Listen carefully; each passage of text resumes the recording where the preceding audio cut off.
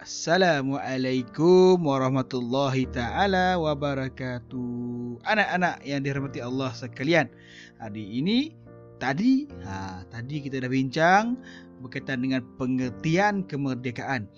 Alhamdulillah selesai. Sekarang kita masuk tajuk kedua dalam topik pemasyhuran kemerdekaan negara, iaitu persediaan menyambut pemasyhuran kemerdekaan. Ini penting anak-anak. Okay? Penting sangat-sangat. Kenapa penting? Sebab kemerdekaan itu adalah suatu yang sangat dinantikan oleh seluruh rakyat ketika itu.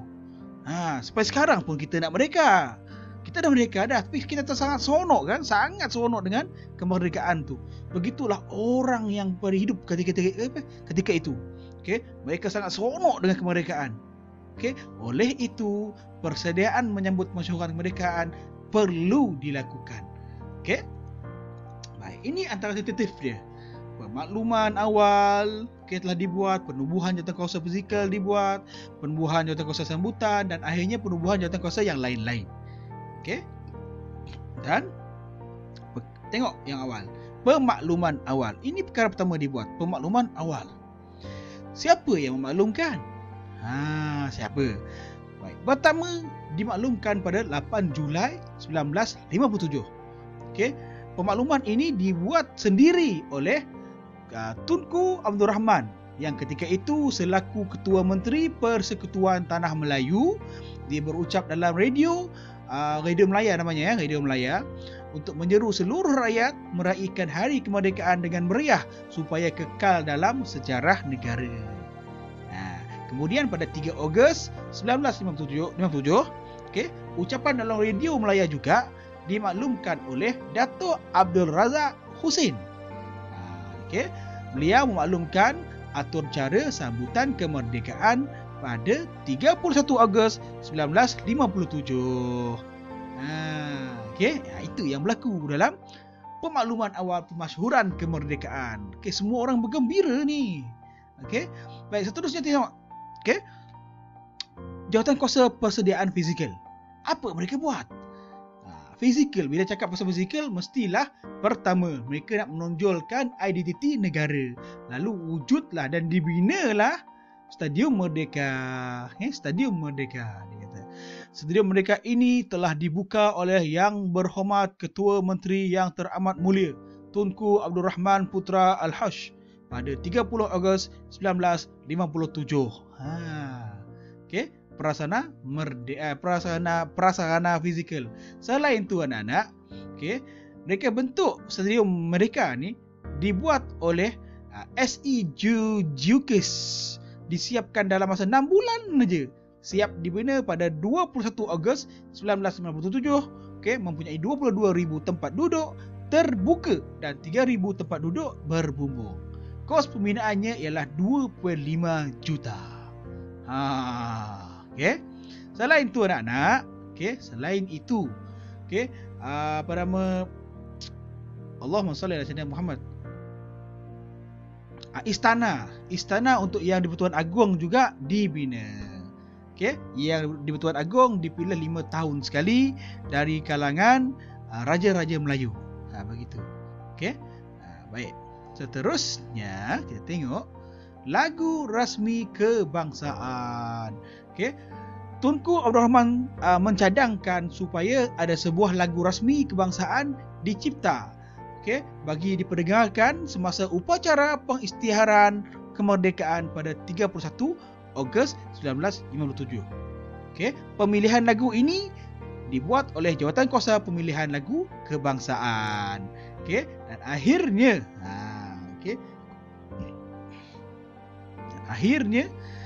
lagu Negaraku dicipta sebagai lagu kebangsaan negara. Sehingga ke hari ini, lagu Negaraku adalah lagu kebangsaan negara kita. Okay, lagu ini berasal daripada lagu Terang Bulan, iaitu lagu Negeri Perak. Okay, yang ditulis oleh Saiful Bahari namanya, penulis lagu untuk Negaraku. Okay. Baik, seterusnya lagi. Ini Saiful Bahari, pencipta lagu kebangsaan Malaysia. Dia cipta dilahir pada 19 September 1924. Okey, orang Sumatera Barat, meninggal di Tokyo pada 1976. Baik, seterusnya kita tengok lagi lirik dan lagu Negaraku. Ini semua orang faham ni, semua orang hafal ni. Negaraku, tanah tumpahnya darahku, rakyat hidup bersatu dan maju, rahmat bahagia Tuhan kurniakan, raja kita selamat bertahta. Rahmat bahagia Tuhan kurniakan, raja kita selamat bertahta. Okay? Semua orang hafal lagu ini dan kita kena tahu apa maksud lirik lagu Negaraku. Maksudnya ialah menyeru rakyat dari berbagai bangsa, agama dan sosio budaya untuk hidup bersatu padu dan mengejar pelbagai kemajuan. Di samping itu, lagu ini memohon rahmat dan kebahagiaan dari Allah untuk kesejahteraan raja, rakyat dan negara tercinta Malaysia. Okey. Baik, etika menyanyikan lagu Negaraku. Berdiri tegak, kita dah buat semua kat rumah ni. Okay, kalau di sekolah zaman-zaman kita boleh berhimpun dulu kan sebelum Covid, kita berdiri tegak lagu Negaraku. Kedua-dua belah tangan diletakkan di sisi, diluruskan ke bawah, kedua-dua belah kaki dirapatkan. Okey, macam kawat lah. Memang kawat pun sebenarnya. Okey anak-anak. Terusnya. Penubuhan Jawatankuasa Persediaan Fizikal penggunaan bendera Persekutuan Tanah Melayu. Okey. Baik, reka bentuk bendera dibuat oleh Muhammad Hamzah, bekas arkitek Jabatan Kerja Raya Johor. Okey, tahun 1949 hasil daripada pertandingan peringkat kebangsaan anjuran Jawatankuasa Khas Persekutuan Tanah Melayu. Sebanyak 373 penyertaan diterima, hanya 3 reka bentuk bendera sahaja dipilih ke peringkat akhir. Pada 28 November 1949, keputusan akhir diumumkan Mei 1950 dan mendapat kelulusan King George yang ke-6. Okey, 26 Mei 1950. Tahun depan itu. Pertama kali bendera ini dikibarkan ketika majlis menaikkan bendera yang dianjurkan oleh Pesuruhjaya Tinggi British di Istana Sultan Selangor. Turut hadir Raja-Raja Melayu dan Wakil King George yang ke-6. Okey. Bendera kita jalur gemilang. Ini anak-anak kena tahu ni, kena hafal ni anak-anak. Okey, bintang pecah 14 melambangkan perpaduan 13 buah negeri, warna biru tua melambangkan perpaduan, warna merah melambangkan keberanian, jalur merah dan putih melambangkan keanggotaan 13 buah negeri, warna putih menandakan kesucian, warna kuning melambangkan warna duli yang maha mulia raja-raja, dan anak bulan dan bintang melambangkan agama Islam sebagai agama resmi Malaysia. Okey. Usah kibar bendera uzur. Okey anak-anak, usah kibar bendera uzur ada bermacam-macam. Okey. Kalau ada bendera uzur, jangan kita ambil dan buang sesuka hati. Cara melupuskan bendera uzur tidak boleh dibuang di dalam tong sampah. Cara yang betul ialah dibakar secara tertutup dan bukan di tempat awam. Bendera yang telah pudar warnanya, koyak dan seumpamanya tidak boleh dikibarkan kerana dianggap sebagai bendera yang uzur. Pengibarannya menunjukkan rasa tidak hormat kepada bendera tersebut. Okey anak-anak semua, benda ni sensitif tau. Jangan kibarkan bendera yang dah uzur. Jangan kamu pijak-pijak bendera. Jangan bakar-bakar bendera depan orang. Nak bakar bendera boleh di tempat tertutup. Bakarlah sendiri. Bakar rumah ke. Okey? Hormati bendera kita. Panji negara tu. Mengapa kita mempunyai bendera kebangsaan? Pertama, membangkitkan semangat patriotik. Kedua, menimbulkan rasa bangga terhadap negara. Yang ketiga, tanda ketaatan dan negara. Okey? Dan lambang kemegahan penduduk, lambang rasmi negara, identiti sesebuah negara, lambang kedaulatan negara. Itu kenapa. Tengok pula penggunaan jatah negara. Okey. Ini jatah negara. Ini dinamakan jatah negara. Kena tahu ni anak-anak, ada 5 keris untuk apa, anak bulan dan bintang apa, rimau 2 ekor ni untuk apa. Okey.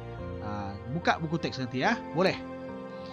Okey, baik. Seterusnya, kepentingan menghormati jatah negara. Lambang kemegahan rakyat kita. Lambang rasmi negara kita. Identiti sebuah negara. Menjadi kebanggaan warga negara. Simbol perpaduan. Lambang kedaulatan negara. Pemangkin semangat patriotik negara. That's why lah. Okay. Kenapa kita penting? Pentingnya menghormati jatah negara. Jadi jangan main-main. Tahu? Seterusnya kita tengok pula penggunaan bunga kebangsaan, bunga raya. Okey, bunga raya diisytiharkan sebagai bunga kebangsaan Persatuan Tanah Melayu pada 28 Julai 1960. Bunga raya. Bunga raya cantik ni, mak-mak mesti suka ni. Okey. Seterusnya, penubuhan jawatan kuasa sambutan. Yang mana ketika ini keceriaan diutamakan. Bangunan di sekitar bandar dan padang kelab Selangor dihiasi dengan lampu-lampu. Seterusnya, 75,000 bendera ditempah khas dari kilang kain di Jepun. Jepun yang buat kilang buat bendera. Okey. Seterusnya, pakaian khas. Menteri dan pegawai kerajaan disediakan pakaian khas pada hari tersebut. Baju memuskat, iaitu sejenis pakaian negeri Kedah. Ini dia, cantik bajunya. Okay. Khusus khot berkaitan protokol. Khot pula khas. Allah Rabbi. Okay. Melibatkan 300 orang pegawai kerajaan selama 3 hari. 3 hari mereka berkhusus untuk protokol sahaja. Atur cara. Okay. Seterusnya, untuk pekerja, okay, gaji seminggu awal. Memberi peluang pegawai dan kaki-kaki kerajaan menyambut kemerdekaan. Tiket kereta api dan bas habis ditempah ketika itu. Bergembira, memang gembira. Okay. Penubuhan jawatan kuasa yang lain. Ini tajuk akhir ya untuk tajuk ini. Okay. Dipengerusikan oleh Tunku Abdul Rahman sendiri.